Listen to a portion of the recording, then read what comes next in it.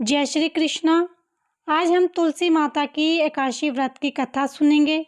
ऐसा कहा जाता है कि एकादशी व्रत में तुलसी माता की कथा का पाठ अवश्य करना चाहिए। जो भी व्यक्ति तुलसी माता की कथा का पाठ करता है और सुनता है, भगवान विष्णु की उस पर विशेष कृपा होती है और सभी मनोकामनाएं पूर्ण होती हैं। तो आइए सुनते हैं तुलसी माता की कथा। एक बार शिव ने अपने तेज को समुद्र में फेंक दिया। उससे एक तेजस्वी बालक ने जन्म लिया। यह बालक आगे चलकर जालंधर के नाम से पराक्रमी दैत्य राजा बना। इसकी राजधानी का नाम जालंधर नगरी था। दैत्यराज कालनेमी की कन्या वृंदा का विवाह जालंधर से हुआ। जालंधर महाराक्षस था। अपनी सत्ता के मद में चूर उसने माता लक्ष्मी को पाने की कामना से युद्ध किया, परंतु समुद्र से उत्पन्न होने के कारण माता लक्ष्मी ने उसे अपने भाई के रूप में स्वीकार किया। वहां से पराजित होकर वो देवी पार्वती को पाने की लालसा में कैलाश पर्वत पर गया। भगवान देवा दिग्देव शिव का ही रूप धरकर माता पार्वती के समीप गया, परंतु मां ने अपने योग बल से उसे तुरंत पहचान लिया। देवी पार्वती अपनी शक्ति से वहां से अंतर्ध्यान हो गई। जब देवी पार्वती ने क्रोधित होकर सारा वृत्तांत भगवान विष्णु को सुनाया, जालंधर की पत्नी वृंदा अत्यंत पतिव्रता स्त्री थी। उसी के पतिव्रत धर्म की शक्ति से जालंधर ना तो मारा जाता था और ना ही पराजित होता था। जालंधर का नाश करने के लिए वृंदा के पति धर्म को भंग करना बहुत जरूरी था।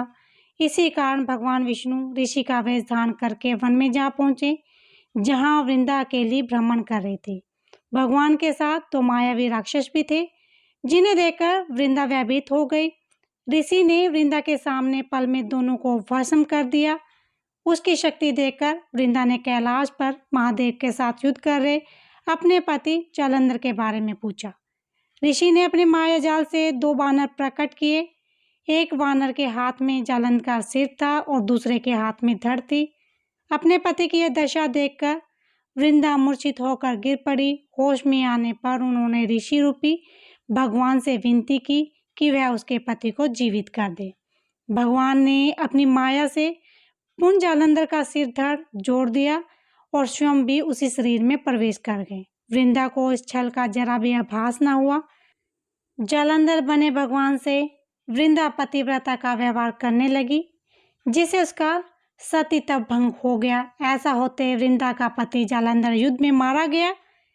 इसी सारी लीला का जब वृंदा को पता चला तो उसने क्रोधित होकर भगवान विष्णु को शीला होने का श्राप दे दिया तथा स्वयं सती हो गई।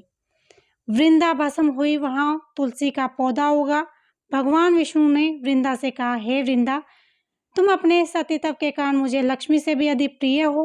अब तुलसी के रूप में तुम सदा मेरे साथ रहोगी। जो भी मनुष्य मेरी पूजा के साथ तुम्हारी पूजा करेगा, उसको लोक और परलोक में यश की प्राप्ति होगी और सभी मनोकामनाएं पूर्ण होंगी।